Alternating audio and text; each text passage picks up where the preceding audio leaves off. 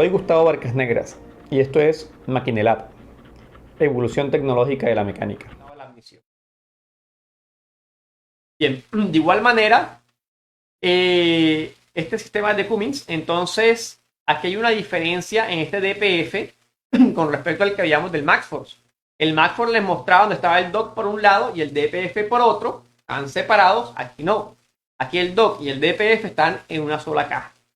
¿Ok? Y otra diferencia que hay es que en el MaxForce estábamos inyectando combustible cuando la válvula de escape abría, para que ese combustible ayudara a aumentar la temperatura en el escape, en el catalizador. En este motor no. En este motor tenemos un doser de combustible, tenemos un inyector de combustible. Es normalmente conocido como el séptimo inyector. Tenemos los 6 inyectores del motor diésel y este séptimo inyector que va en el escape, ¿dónde diría? Después del turbo, antes del DPF. ¿Ok? En ese trayecto del tubo de escape iría un inyector de combustible. Miren que este inyector de combustible recibe combustible directamente de la bomba.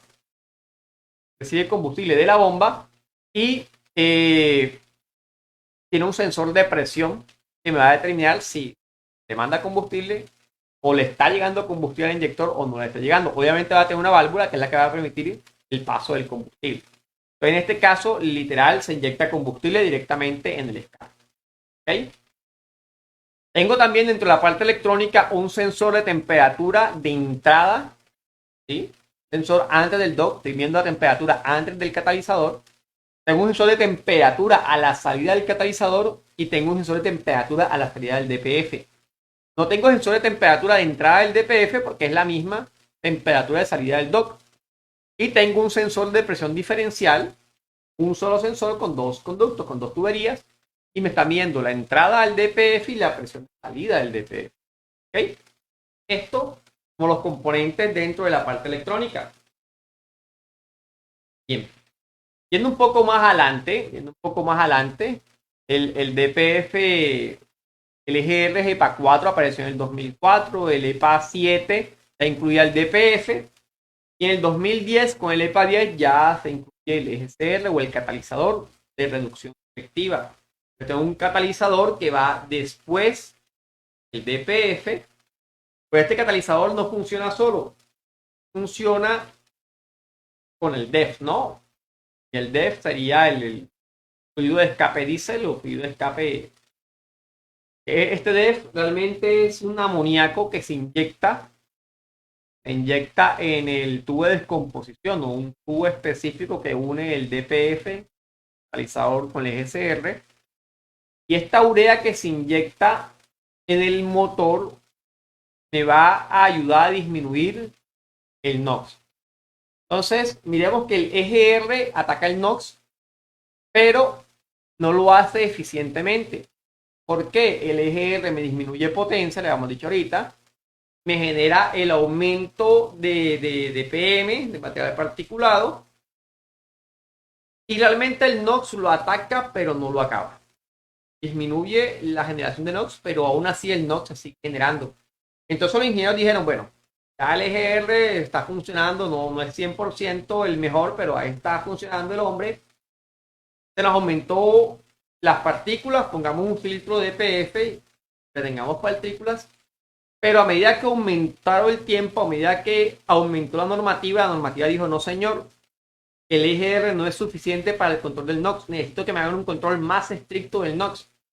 Así que aparece el catalizador de reducción selectiva, el EGCR, aparece la urea, aparece el DEF, ARLA, no sé con qué nombre lo conozcan en su país.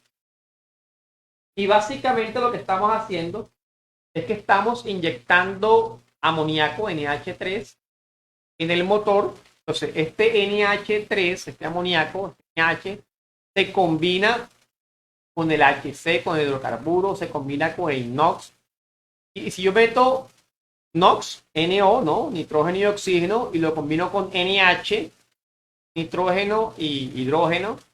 Entonces, al mezclarse el catalizador también, internamente es como un panal de abejas, pero realmente es un componente costosísimo, porque está hecho de unos metales preciosos paladio, rodio, radio, paladio. Este catalizador lo que va a hacer es que va a tomar ese NOx, va a tomar ese amoníaco, esa urea, y lo va a combinar en las paredes del catalizador. Se da una reacción química y el nitrógeno del NOx se une con el nitrógeno del amoníaco, del NH3, ¿sí?